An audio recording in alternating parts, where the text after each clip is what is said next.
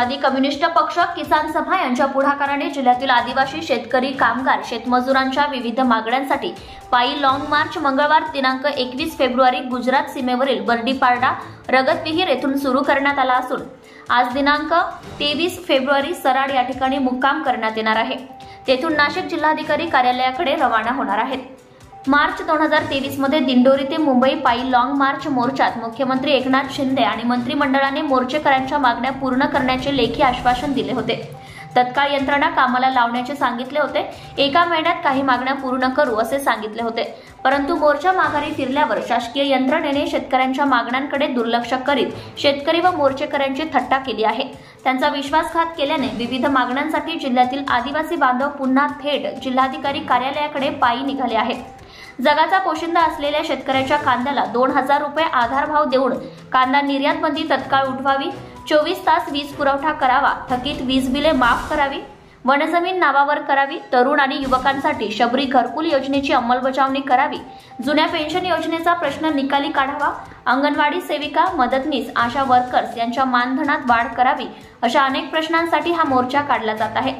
यासाठी माजी आमदार जेपी गावित, डीएल कराड यांच्यासह किसान सभा, C2 संघटना, DYFI संघटना, जनवादी महिला संघटनेने गेल्या 8 दिवसापासून गावोगावी बैठका घेऊन जनसंपर्क करून मोर्चाचे नियोजन केले आहे।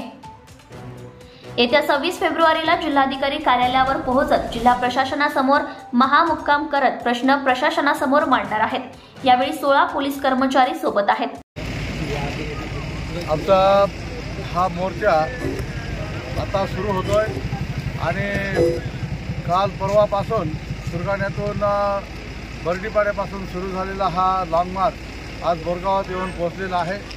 मागच्या मागण्या ज्या आहेत त्या सरकारने मान्य केल्यापर्यंत त्याची अंमलबजावणी केली नाही आणि म्हणून ह्या मोर्चाचं पुन्हा नियोजन करावं लागलं आणि त्यात आता नव्या मागण्यांची पण भर पडलेली आहे।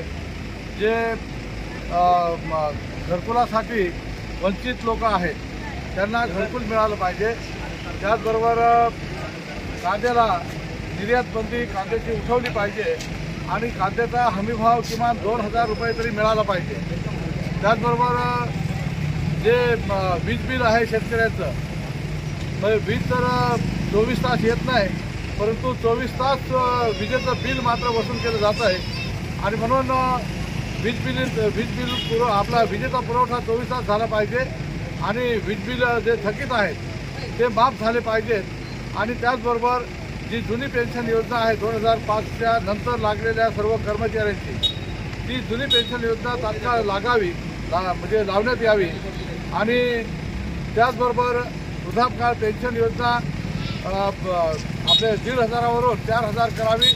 त्याचबरोबर अंगणवाडी कार्यकर्ती, मदतनीस, मिनी अंगणवाडी, आशा वर्कर, सुपरवायझर, ग्रामपंचायतचे डाटा ऑपरेटर, ग्राम रोजगार सेवक ह्या सगळ्या लोकांना किमान वेतन 26,000 जे गव्हर्नमेंटने लागू केलेलं आहे ते त्याची अंमलबजावणी करावी आणि 26,000 किमान वेतन त्या लोकांना मिळावं।